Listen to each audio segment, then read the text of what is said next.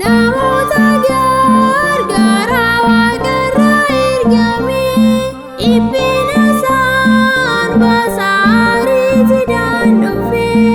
iyyeeluutaaf Qiirqos Gabreel gargaare bishaan danfaa keessaa dhufe isaan baase qulqulluu Gabreel kottuu si waammanna nuti cimee jira dhiphinni lafarra abidda boba'aa kan qabbaneessitu nuti si waammanna ariifadhu kottu.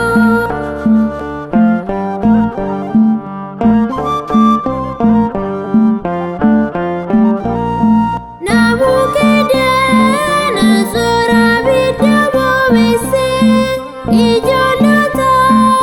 sadan achi keessaa buuse Gabrieliin dhufe abiddicha dhaamse Anaaniyaa Azaariyaa Misaa'eliin baase qulqulluu Gabriel kottuu si waammanna nuti cimee jira dhiphinni lafarra abidda boba'aa kan qabbaneessitu nuti si waammanna ariifadhu kottu.